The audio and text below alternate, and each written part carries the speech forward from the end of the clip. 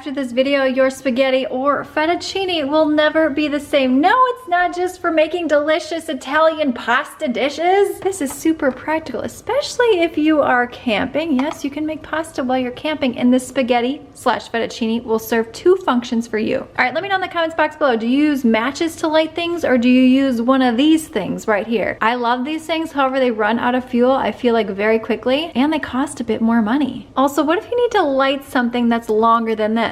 Say a pilot light on your fireplace, or maybe inside your grill. Or just maybe you have a giant candle that is way too deep. Or you have some candles way up high that are tricky to reach. Or maybe you just want a really cool party trick where you can impress your friends and your family. So take your fettuccine or your spaghetti, light it any way you want to. You could light it on your stove if you wanted to. You could use a match. You could use a lighter just like this.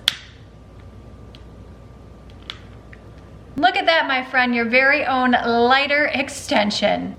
Click the video on screen now for some additional cleaning and life hacks, and I will see you, my friend, in the next one.